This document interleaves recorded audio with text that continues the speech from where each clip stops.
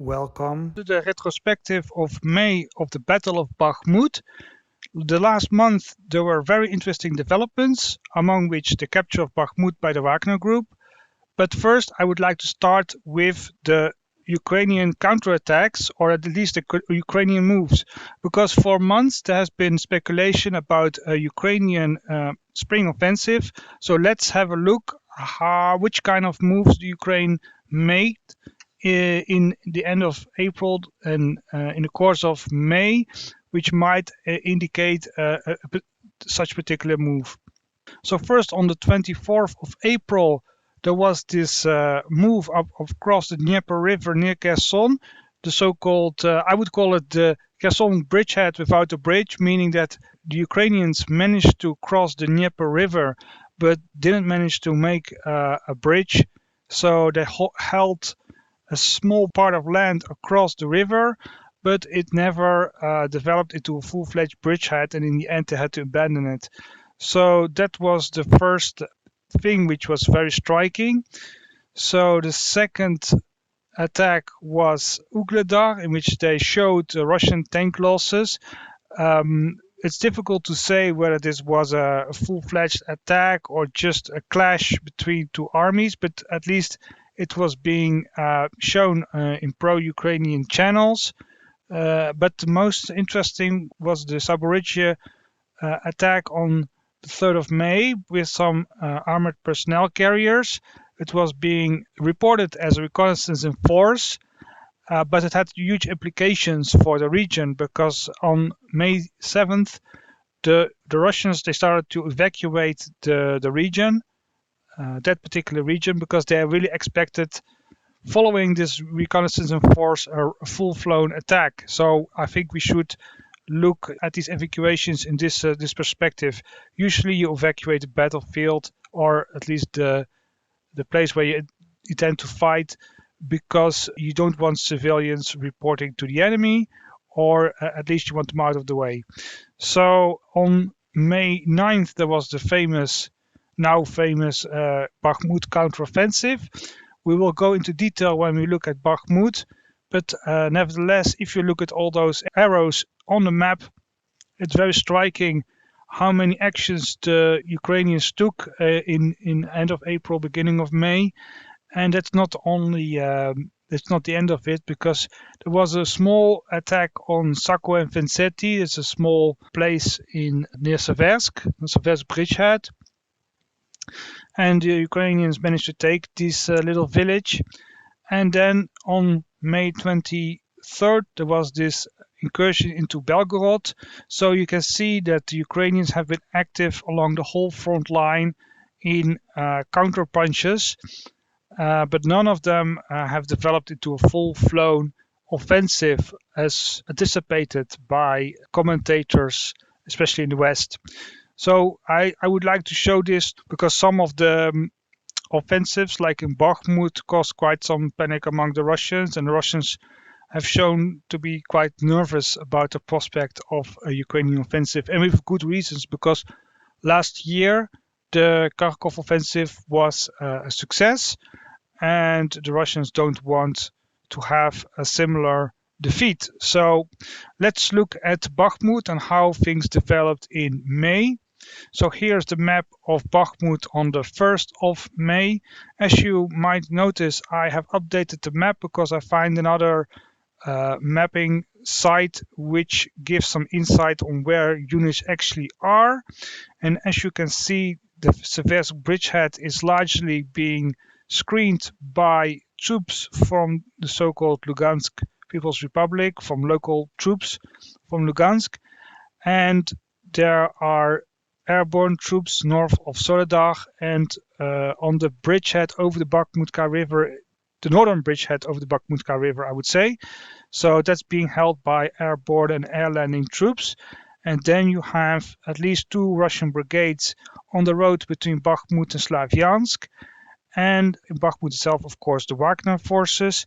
And south of Bakhmut, you have some motorized forces as well, also from the Lugansk People's Republic. As you can see, we're going to close up with the map to see how everything looked like on May 3rd.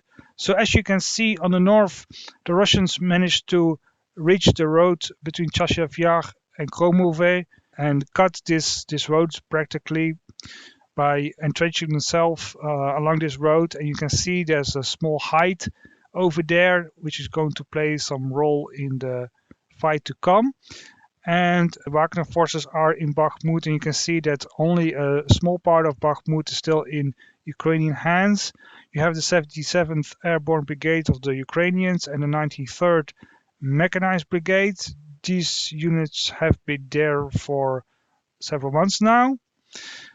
And the 241st Brigade and the 127th Brigade. And I'm not always aware of how many troops there actually are, but this is a significant concentration of, I would say, 20,000 troops altogether, which form a kind of arc to stop the Russians. And you can see I made some icons for Russian artillery to show that the Russians can bombard the Ukrainian troops, which are, if you can see on the height map, in a kind of depression, or at least on the edge of a kind of depression, and that are in an unfavorable position as such.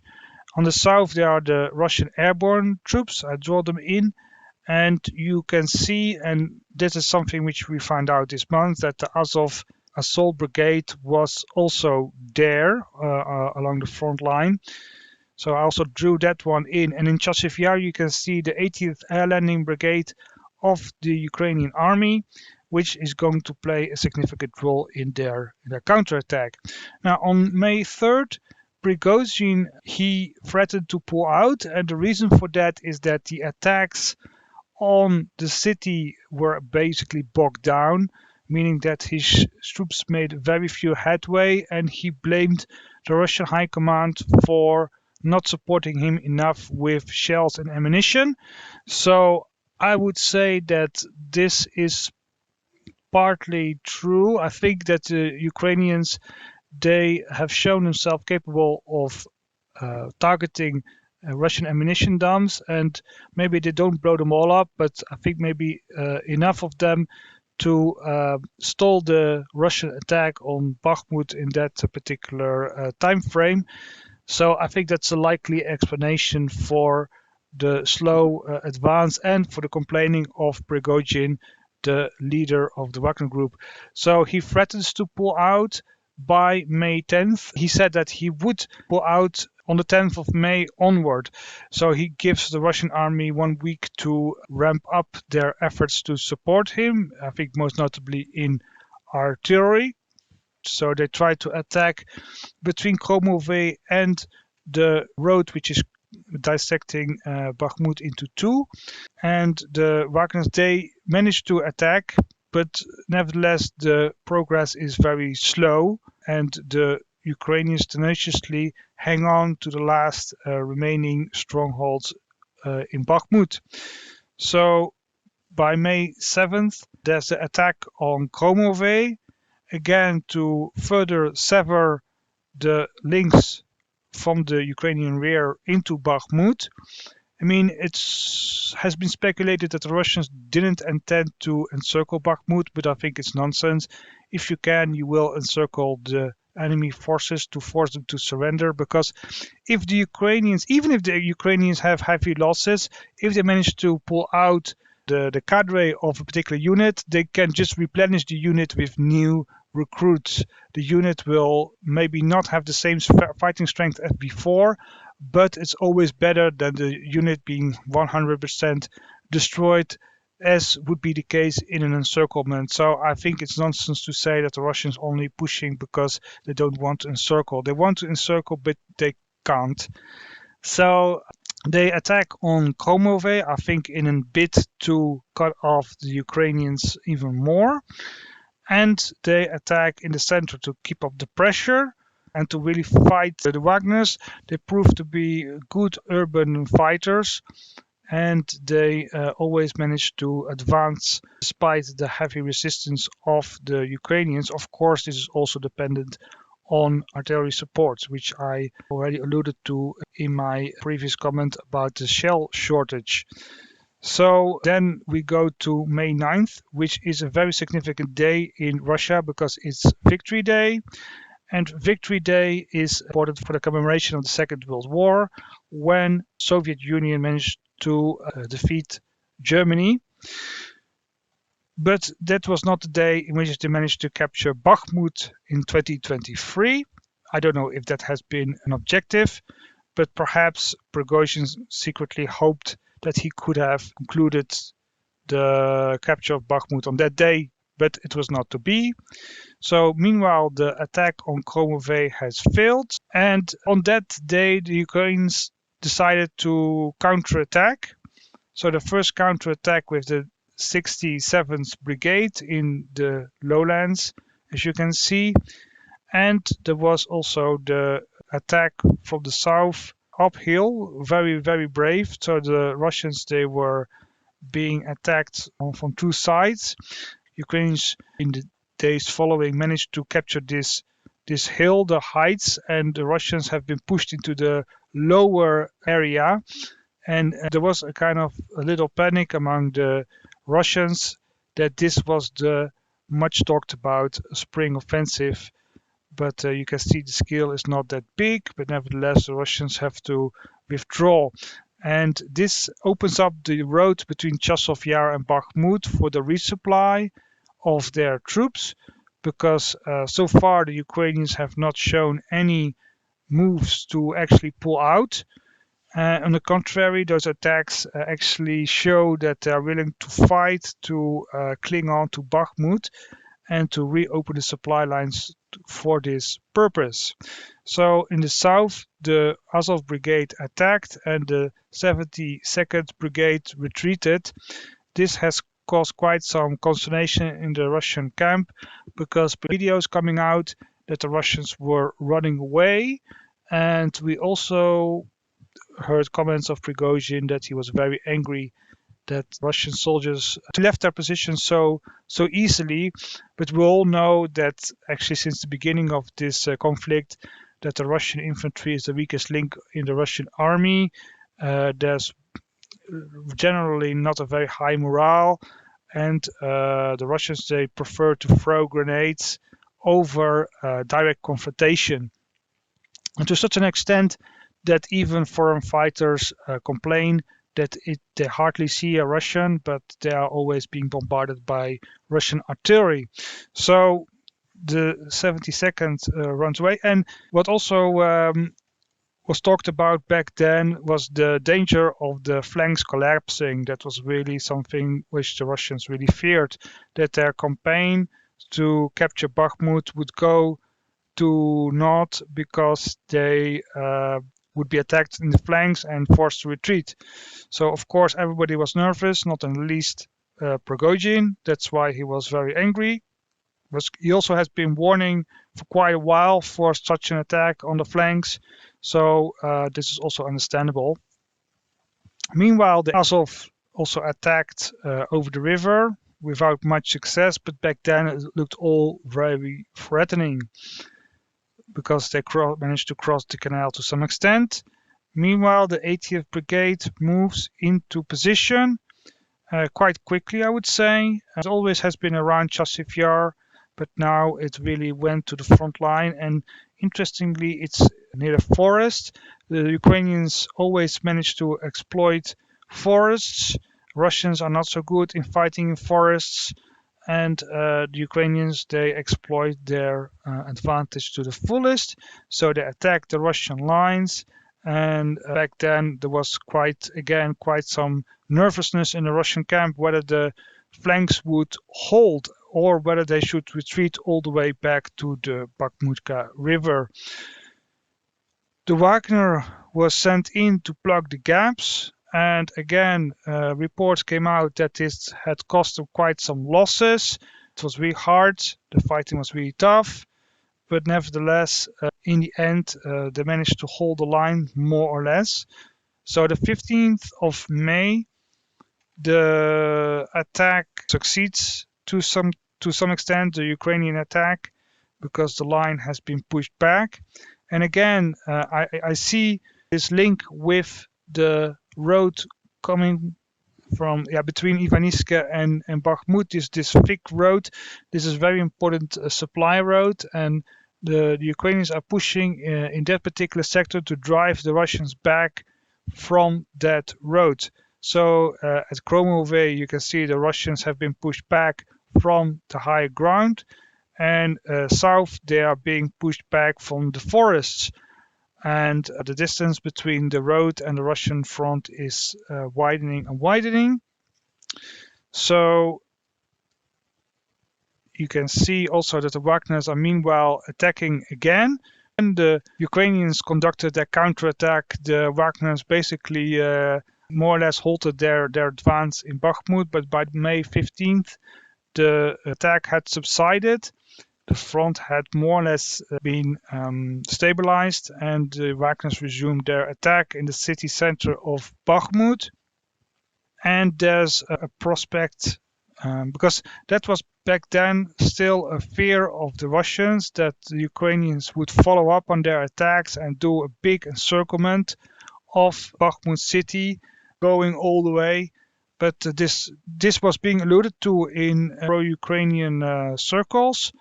And even the Russians were to some extent afraid of this, but this never really materialized. So actually after 1 week, the attack more or less was over for the Ukrainians.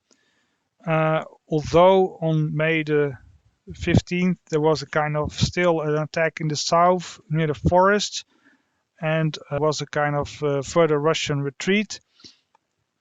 So you can see the forests south of Ivanivska have mostly been cleared from the Russian troops, at least on the maps which I have seen. And this meant that basically, I believe that history legends, Utoper, is correct, that this Ukrainian counteroffensive was never meant to be on a very large scale, and that the purpose was to reopen the routes to Bakhmut, perhaps to evacuate the forces over there, which were being hemmed in by the Russians, which were encroaching on the supply roads, or at least keep them on the direct fire. So I also don't think this is really the offensive or a large-scale offensive. This has just been localized Ukrainian counterattacks to improve the situation in Bakhmut itself. And the Ukrainians were determined to hold on to Bakhmut as much as they could. But this was to no avail, although there was almost 1 week of counterattacks and they managed to reopen the roads. The Wagners also resumed their attack on May 15th. And you can see again, and I saw that in a previous episode of this series, that the Wagners have kind of like 1 week rest, 1 week advances, and you can see this is the same, like until May 9th they were in attack, then the Ukrainians counterattacked, they took an operational pause. May 15th they resumed the attack, and within 5 days basically they managed to conquer most of Bakhmut. They declared victory, and it was very symbolic. Again, both parties, they are fully exploiting all propaganda opportunities, and this was also true for Bakhmut. So May 20th, 2022 was the day of surrender of the Azovstal in Mariupol. So Mariupol was under Russian control, and on May 20th, Prigozhin, he declared the Battle for Bakhmut as ended with the full conquest of the most western tip of the city. So one year after Mariupol. But still, on May 23rd, there was a kind of last attack on the southern western part of Bakhmut for the last remaining strongholds, urban strongholds in the city. And the Ukrainians were pushed out in the open, and that's triggered basically the major retreat of the Ukrainians. So on May 29th, by May 29th, most of the Ukrainian troops have been retreating. So the 127th Brigade was being moved to Chasiv Yar, to the forest south of Chasiv Yar. The 241st was being moved to Chasiv Yar itself. The 77th Airborne Brigade was also being moved north of Chasiv Yar. And then you have the 17th Tank Brigade was also moved to there. So the Ukrainians were both retreating from Bakhmut sector, but on the other hand, they were also preparing to make their next stand in Chasiv Yar. And Chasiv Yar is not easy to capture because you can see there's this canal running from north to south, and behind the canal is the ridge, the hills, the higher ground. And then you have Chasiv Yar itself, urbanized town with high rises and a lot of forests. So this is a very good place to defend. Higher ground, urbanized, forested area, a mixture of this, plus a water barrier, and they moved their troops to there. I mean, most of these troops which moved out were of course depleted, but nevertheless they have retained their core of experienced soldiers and officers, so they can rebuild these units behind the front lines around this core of experienced soldiers and officers. And this is a failure, I would say, from the Russians, that they managed to drive out the Ukrainians from Bakhmut and inflict heavy losses on the Ukrainians, but in the end the Ukrainians managed to pull out the depleted units which can be rebuilt. So again, at least 5 brigades of troops managed to pull out. So let's have a look at the bigger picture. You can see that the capture of Bakhmut is almost insignificant in sense of territory. It has largely been a propagandic victory, meaning that both parties, they put a lot of resources in to control Bakhmut. So the Ukrainians, they put a lot of soldiers there, the Russians as well. And in the end, the Russians won. But in terms of strategic consequences, it's strategically insignificant. It's basically because Zelensky said that after Severodonetsk, Lysychansk, there will be no more cities which would fall in the Russian hands, and Bakhmut has fallen in Russian hands. Also, what happened is that he played up Bakhmut as being a big battle where the battle of the Donbass would be decided. But you can see several weeks after the capture of Bakhmut, there's no collapse of the Ukrainian lines. There's no follow-up attack from the Russians. They just stay in Bakhmut. And basically, the Wagners are rotating out again from their side also to replenish their ranks, to take a rest. And so far, the victory of Bakhmut has been a morale boost for the Russians, but basically on military terms, rather inconsequential. And I think that's an important lesson. I mean, the Ukrainians, in my opinion, have invested too many resources in defending Bakhmut. They lost a lot of men, material, and in the end also some kind of morale, because a loss is a loss, especially if you have fought over it very hard and had significant losses. So it's hard to declare a winner. I mean, the winner, of course, are the Russians because they control the battlefield. But in terms of strategy or military terms, it's hard to see any advantage for either side for this battle. So with this note, I would like to finish this series about the Battle of Bakhmut. It has been very interesting the last 5 months, how things developed, where units moved. A lot of Ukrainian units were moved in, as you could have seen, and moved out. A lot of them took very significant losses, and I'm afraid those units will not be on the same level of capacity or competency as before. They have been degraded. The same is, of course, for the Wagner Group, also have taken significant losses. But the interesting part of this battle is that the Russian army itself has hardly been committed. So this was also a kind of respite for the Russian army so far. It has attacked only in very few sectors in the last half year, in Ugledar, Marinka, Bryansk, but very small localized attacks. not big offensive. So it's waiting for the summer, which party will unleash a large-scale offensive or not. So with this note, I would like to make a real end to this podcast. I hope you liked it. If you like it, leave a comment, like, and subscribe. In the future, I will make some videos about Ukraine, but no longer on a regular basis. I have some other projects running, which I would like to focus on.